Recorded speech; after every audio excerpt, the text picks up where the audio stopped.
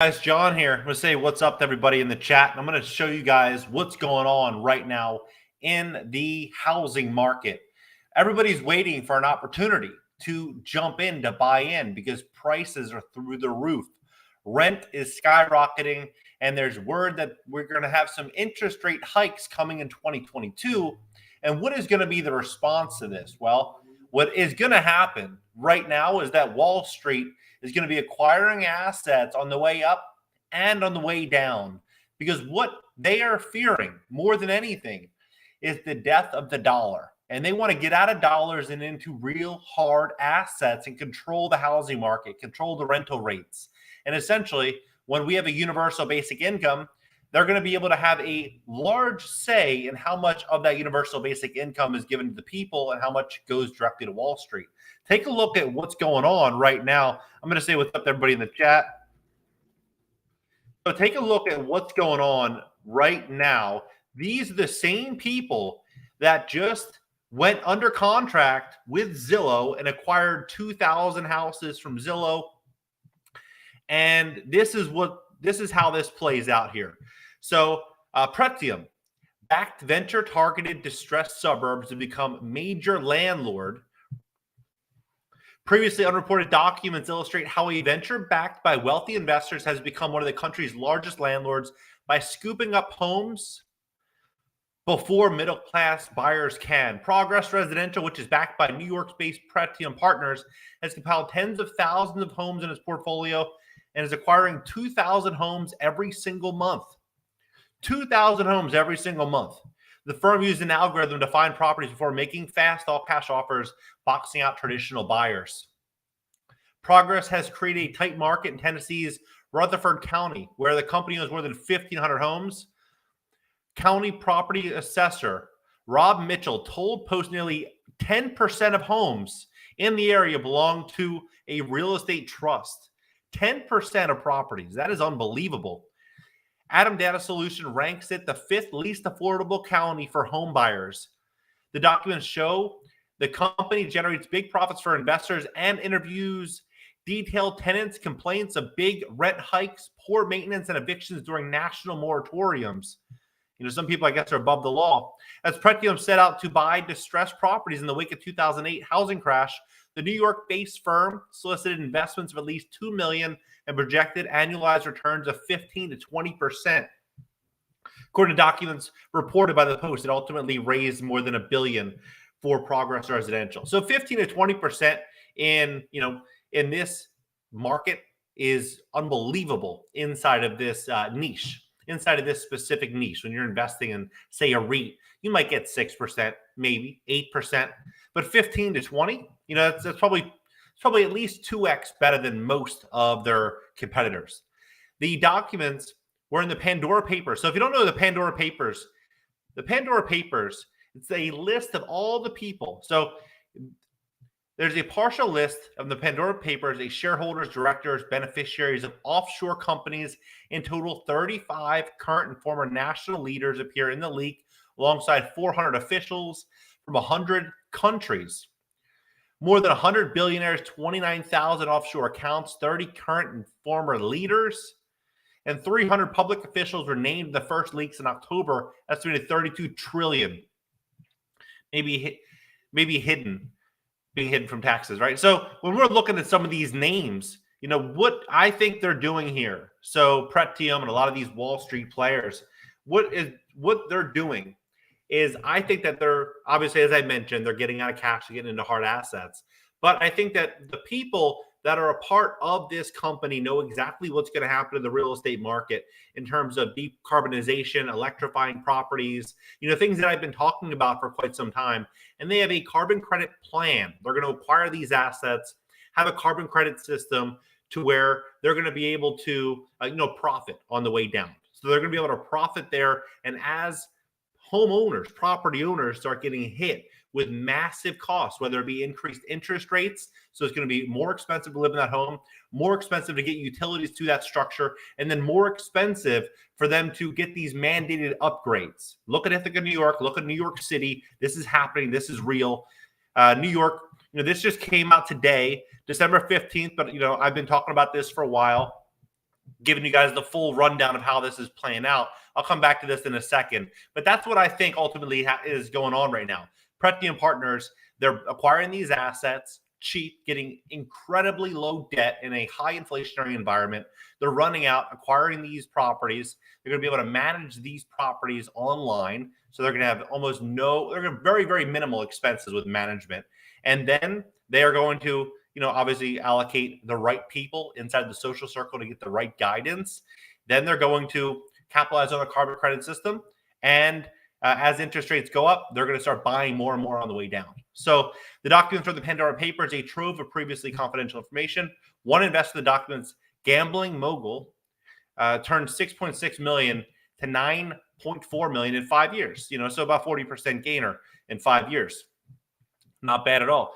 All our entities conduct business according to the highest ethical and legal standards. Progress told the Post, Pretium is dedicated to being part of the solution to our nation's housing crisis through unparalleled efforts to support our residents and our communities. Being part of the solution by paying all cash to price out middle-class buyers. Very interesting how that's pitched, but okay.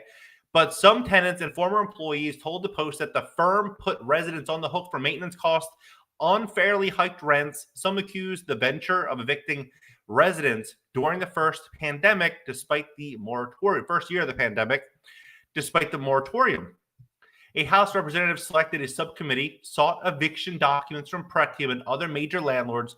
The Post reported in July the company's eviction filings appear to be targeting, very interesting how they target these specific areas, right?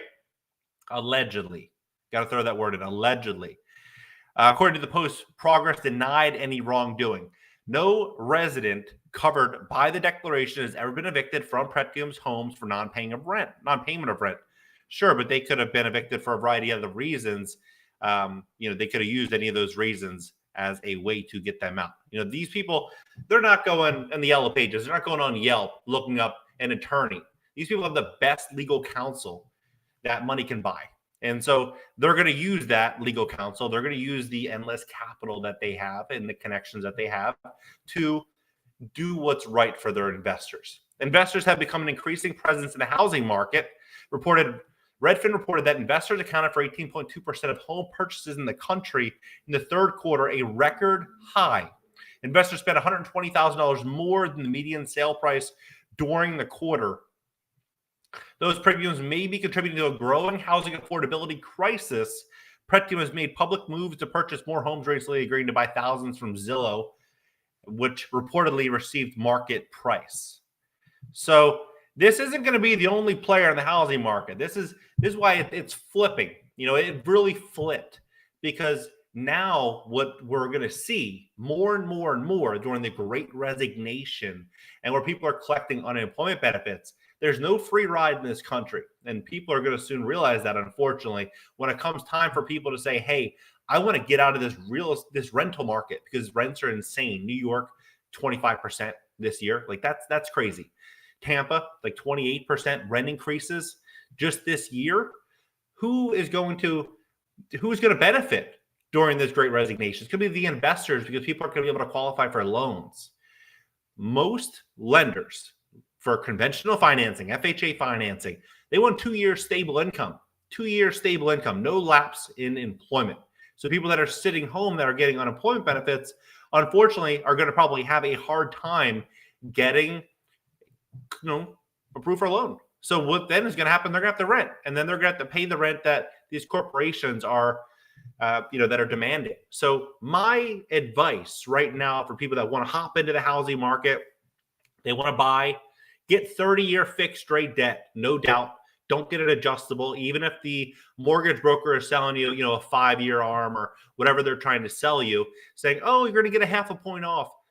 Yeah, in my opinion, that's being penny smart, dollar stupid, because long-term rates are going up, and you lock in 30-year fixed rate debt right now in a high inflationary environment. Make sure you're buying a property, a very, very good property, in an area that you're not going to mind putting money into, because what's going to happen here is we are going to see this happen everywhere.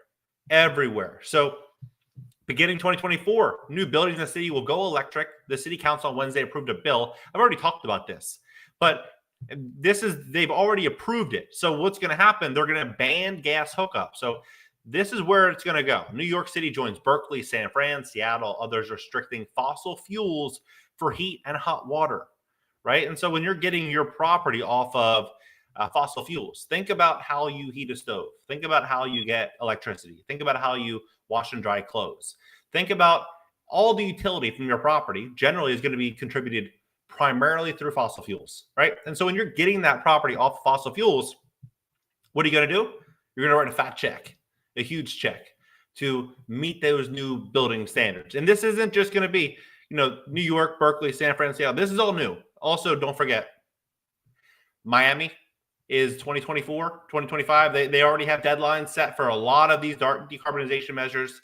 Los Angeles as well. So we're going to start to see this pop in every market. So my suggestion, it really is to study these building codes and look at the changes in the market you want to buy in. Because what's going to happen is if you understand this, then you're going to be able to make a better educated decision on a property to acquire. Renting is going to be a mistake over the next 5 years if what continues to happen happens, which could be, and I think very, very likely is going to be, it's not going to be before, I was looking at a variety of factors, but now what's going to happen is that we're looking at the players that are partnering up. Like when you're looking at the Pandora Papers, the list, it's every player. Everyone that has any clout is on this list, right? And a lot of these people are all pitching in capital. They're all pitching in money with Wall Street to acquire these properties. So when you have, and this is only some, this is probably 10% of the people that, probably have the least amount of notoriety that they're going to put out there. The other real players are not going to be on this list, I bet. But you look at all these people that have so much money. They said 30 trillion in assets, in capital, right? And so what are they going to do?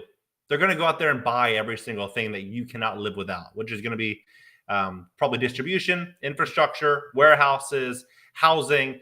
They're going to buy everything that you are going to 100% need, because on the way down, you're going to have to sell things. You're going to have to, in their eyes, do whatever you have to do to afford those things that you can't live without. So if a universal basic income comes in, then they're going to be able to use that as leverage and say, hey, look, you want to live in this house? I know before in 2019 it was $1,500 a month, but now it's a 3-bedroom house. We're actually going to rent each room out as a dorm room style with bunk beds, and each person is going to pay $1,500 a room or $1,000 a room, right? And so then they're pulling in $2,000 per room across 3 rooms. They're making $6,000 a month. Sounds crazy. Look, I lived in Long Beach when this is like 2006, and I lived right next to UC Long Beach, right? So at that time, there was a community, and everyone paid $1,000 to share a room. That was common there. They share. It was a 2-bedroom, and they were pulling in about $4,000 a month, and that was 14 years ago, right? Or 16 years ago. What's going to happen when there's only a few players that control the whole housing market? They're going to be pushing that agenda 100%. Rents are going to be continuing to go up, and all of these new measures, they're going to find a big way to capitalize on it, 100%. So that's how the housing market's flipped. It's flipping away from the middle class. It's flipping away from the hardworking entrepreneur, the individual that wants to go out there and buy a property because they were sold a dream. They were sold a dream that, just let us write you a check. We'll take care of it. Take unemployment. And then ultimately what's going to happen is these people aren't going to be able to qualify to buy properties. Go on forbearance, start, allow us to take care of student loans, allow us to take care of this, allow us to take care of that. And then when people are saying, okay, they got me, then who really got you is Wall Street. That's what we're stepping into this. I'm going to say what's up in the comments. Let's talk about this. What do you guys think about it? Do you guys think that what's going to happen over the next year to 2 years is going to be that, where they simply just say, hey, we're going to just keep allocating more and more capital? When they're buying just one company, Pretium Partners, 2,000 homes every single month. 2,000 homes. I was looking at their website, and this is like a week or so ago, and I was blown away by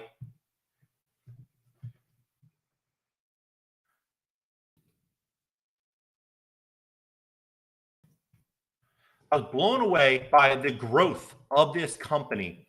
It's unbelievable because they literally listed their strategies for residential. They have 23 billion under management, 70,000 houses, and most people don't know who these people are. How do you have an occupancy rate of 96.4% right now? Like, that is unbelievable. 96.4%. That's unbelievable 3 years ago. Manage 70,000 houses and you have, 96, almost 97%. It's crazy, right? And so look at the growth here. 30, 100, 6, 7, 95, 12, 4. And then they just doubled right when this happened. December 2020, 41,000 to a double in about a year. Like, that's so crazy to me. They picked up 20,000, 30,000 houses in a year. So, yeah, this company is going to have 100,000 houses if I had to guess in the next 12 months, right? And then you have Invitation Homes. You have a lot of America Home for Rent. You have BlackRock. You have all of these other companies that are out there, KKR. All these big players running out there to acquire hard assets. So that's my suggestion. If you're thinking about buying, get 30-year fixed rate debt.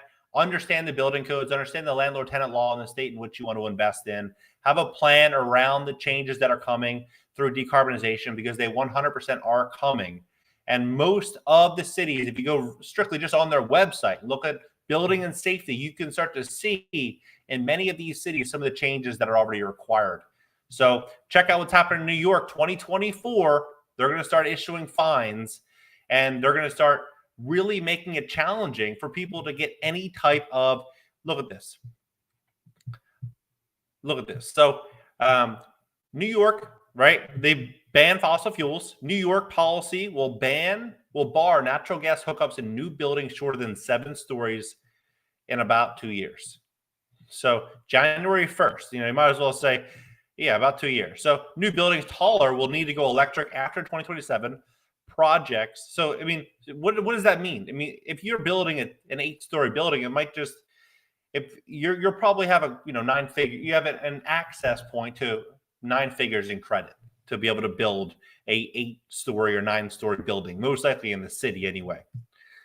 The measure gives certain projects with affordable housing more time to get to the deadline. So what they were saying before is if it's 6 stories and you want to build affordable, you have to give a large portion, half of the building you have to make affordable. A building with fewer than 7 stories where at least half of its units are subject to affordable housing regulatory agreement. So you have to go into an agreement with the city and say, okay, half of these units are going to be affordable. It's sparked from the requirement, if construction documents are approved by December 31st, 2025, a taller new building, which such an agreement will have 2 more years beyond that. A real estate board of New York had called for a more gradual rollout of the ban. De Blasio had previously pushed for a prohibition on gas hookups by 2030. A pending state bill would further speed this timeline, requiring new buildings to be all electric by 2024. It's alive after expiring more than a year ago. The J51 tax abatement and exemptions back. Council voted to revive it through June 30th, 2022. An incentive is available for residential renovations and conversions. Consider what I think this is I think that this is an easy way to say, hey, this is coming back. An easy way for them to begin pushing more and more and more on a lot of these upgrades. So they're going to say it's going to be a tax abatement to do repairs, right, and renovations. Tenant advocates have argued that the problem should be targeted towards low-income residential buildings, and that more oversight of the tax breaks interaction with the rent stabilization system is needed. And then they're also considering like office conversions. They were saying the city council passed the bill mandate creates a 12-person task force to study feasibility of converting vacant office space into affordable housing and other units, right? I saw an article today where they were talking about that people are never going to go back to the office and that they're going to be working from home, right? So what are people going to do with these office units, especially in a lot of cities, LA, San Fran, New York? if it keeps going where people are going back to the office and not going back to the office, it might just be better off for people just to have long-term tenants in there, right? And that, I think, is going to be a very likely probability where we're going to start to see office conversions. In June, the state legislature passed the Housing Our Neighbors with Dignity Act, or HONDA, to encourage the conversion of distressed office and hotel buildings into affordable housing. The program requires at least 50% of converted units be set aside for residents who experience homelessness immediately before moving in. The apartment, so it's so fascinating to watch how fast housing is changing. The economies of such conversions, however, are challenging, though the state allocated $100 million for the program. No conversions have been initiated. Good cause eviction. The city council lacked authority to enact good cause eviction, but it approved a resolution urging the state to pass such measure, which would cap annual rent increases at 3% or 150% of the. So they're capping rents at 3%, but the cost to maintain and manage a building has probably, it probably went up by 20% for a lot of the people. Like if you're talking about just getting people out there to work, you're having a hard time finding people. You're having a harder time getting parts. You're paying more for the parts. Things are more challenging. A 3% increase is very, very. It puts a big strain on the landlord. 3%. But then again, people can't afford it. When rents are flying at 25, 28% in big cities, that's a big problem. But it's more of a problem for the small landlord because the big landlords find solutions.